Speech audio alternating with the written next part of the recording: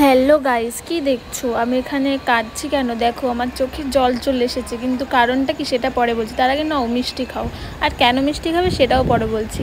কি দুর্ধর্ষভাবে আজকে বৃষ্টিটা আসবে আসবে বলছিল। আকাশটা দেখছো কি সুন্দর লাগছে। আর এখানটায় দেখো, আমি এখানটায় বলছিলাম যে আজকে আমি অনেক আনন্দে রয়েছি। তার কারণ সেটা পরে বলছি।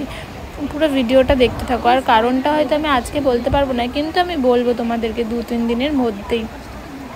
তো হয়তো খুশিটা অল্প কিছুতেই আমি অনেক বেশি পেয়েছি, কিন্তু হয়তো এই আনন্দটা হয়তো আমার জীবনের অনেকটাই কাছের আনন্দ।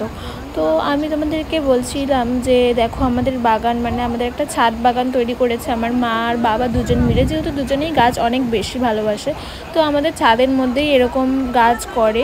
তো আমার মা বাইরে গেছিলো, মা চলে এসেছে। আর আমি এখানে মাকে বলছিলাম যে মা, তুমি আমাকে নতুন জামা বার করে দাও। তো আমি এই কুর্তিটা আজকে পরছিলাম, এটাও নতুন। তো হাওয়া দিচ্ছে, ইতিমধ্যেই কারেন্ট যখন তখন চলে যেতে পারে। তো তার মধ্যে ফোনটা চার্জ হয়ে যাওয়াটাই বেস্ট হবে, তাহলে আমি ভিডিও বানাতে পারবো আর তোমাদের সাথে সাথে শেয়ার করতে পারবো। তো আমি কি বললাম সেটা তো তোমরা শুনলেই। আর এখানে দেখো, আমি নতুন জামা পরে রেডি হয়ে গেছি। আর জামাটা আমার গায়ে একটু ঢিলা, আসলে জামাটা তো নতুন, আমি প্রায় হয়তো একবার পরেছি। তো একবার যখন পরেছিলাম তখন আমি জামাটার কাটাইনি। তো আমি ঢিলা জামা পরতে খুব একটা পছন্দ করি না, কিন্তু মাঝে সাঝে ভালোই লাগে পরতে। তো আমি এখানে দাদার সাথে বাইকে করে চলে যাচ্ছিলাম একটা কাজের জন্য। আসলে দাদার সাথে আমি যখনই যাই, দাদা আমার সাথে হেঁটে এখন আর বেরোয় না। যেহেতু বাইকটা কিনে নিয়েছে, সবসময় বাইকের পিছনে বসেই নিয়ে যায়। আর সত্যি কথা বলতে, আমার প্রথম দাদার বাইকে বসতে অনেকটা ভয় লাগতো। অনেকটা না, একটু একটু। আর ছোটোবেলা থেকেই ও যা জোরে জোরে সাইকেল চালিয়ে আমাকে স্কুলে নিয়ে যেত, তাই জন্য কিন্তু ওর বাইকে বসতে আমার বড় হয়ে এখনও পর্যন্ত ভয় লাগে। কিন্তু এখন আর ভয়টা লাগে না, আসলে এখন চড়ে চড়ে অভ্যস্ত হয়ে গেছি। তো এখন জোরে চালালেও আমি বলি একটু আস্তে চালা, তাহলেও আস্তে চালায়। আর জোরে খুব একটাও চালায়ও না, লিমিটে চালায়।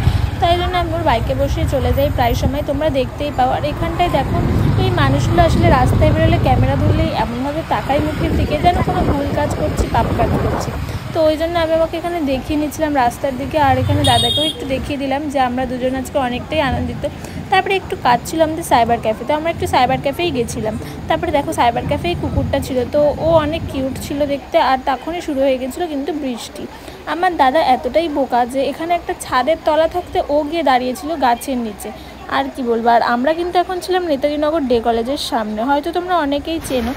তো এখানটায় বৃষ্টিটা একটুখানি থেমেছিল। তো এবার আমরা কিন্তু বাড়ির দিকে যাব।